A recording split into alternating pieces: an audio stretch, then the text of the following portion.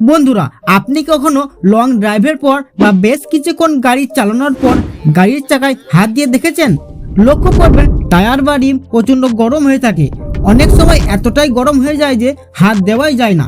কিন্তু প্রশ্ন হচ্ছে, কেন এমনটা হয়? অনেকেই ভাবেন এটা সাধারণ ব্যাপার, কিন্তু গরম হওয়া সবসময় সাধারণ ব্যাপার নয়। এটি অতিরিক্ত তাপ বা হিট হতে পারে, টায়ার ব্লাস্ট বা বড় কোনো দুর্ঘটনা হতে পারে। আজকের ভিডিওতে আমরা জানবো কি কি কারণে গাড়ির চাকা বা টায়ার অতিরিক্ত গরম হয়। নাম্বার 1, ঘর্ষণ বা ফ্রিকশন। গাড়ির টায়ার যখন রাস্তায় চলে তখন টায়ারের রবারের মধ্যে প্রচন্ড ঘর্ষণ বা ফ্রিকশন তৈরি হয়। আর আমরা জানি ঘর্ষণ মানে তাপ। যেমন আপনার দুটি হাত জোরে ঘষলে গরম হয়ে যায়, ঠিক তেমনি রাস্তার সাথে টায়ারের ঘর্ষণে তাপ উৎপন্ন হয়। কিন্তু সমস্যা তখন হয় যখন এই তাপ টায়ারের সহ ক্ষমতার বাইরে চলে যায়। দুপুরের সময় রাস্তা এমনিতেই 50 থেকে 60 ডিগ্রি সেলসিয়াস পর্যন্ত গরম থাকে।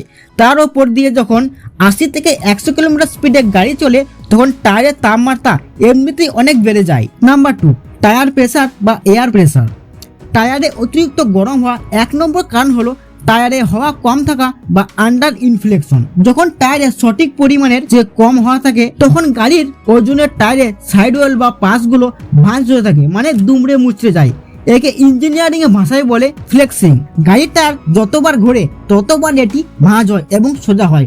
প্রতি সেকেন্ডে যদি চাকা 10 বার ঘোরে তবে 10 বার এটি ভাঁজ হচ্ছে। এটি বারবার ভাঁজ হওয়ার ফলে টায়ারের ভেতরে মেটেরিয়াল প্রচন্ড গরম হয়ে যায়, আর এই তাপই টায়ার ব্লাস্ট বা ফেটে যাওয়ার প্রধান কারণ।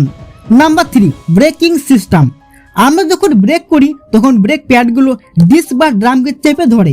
এখানে গাড়ির গতিশক্তি তাপ শক্তিকে রূপান্তরিত হয়। আপনি যদি পাহাড়ি রাস্তায় নামার সময় বারবার ব্রেক করেন অথবা আপনার ব্রেক প্যাডগুলো জাম থাকে তখন ব্রেক প্যাড সব সময় ডিস্কের সাথে ঘষতে থাকে। এর ফলে প্রচুর তাপ উৎপন্ন হয় যা ডিস্ক থেকে সরাসরি আপনার গাড়ির রিম এবং টায়ারের মধ্যে ছড়িয়ে পড়ে। যদি দেখেন টায়ারের সাথে সাথে আপনার গাড়ির রিম বা অ্যালয় হুইল আগুনে গরম, তাহলে বুঝবেন সমস্যা আপনার ব্রেকিং সিস্টেমে আছে।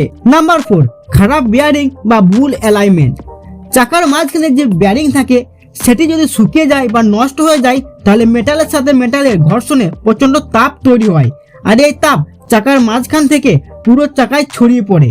অনেক সময় চাকা জাম জাম মনে হয়। এছাড়া গাড়ির চাকার অ্যালাইনমেন্ট ঠিক না থাকলে টায়ার রাস্তার সাথে সোজাভাবে না চলে একটু তেড়ছেভাবে ঘষতে থাকে।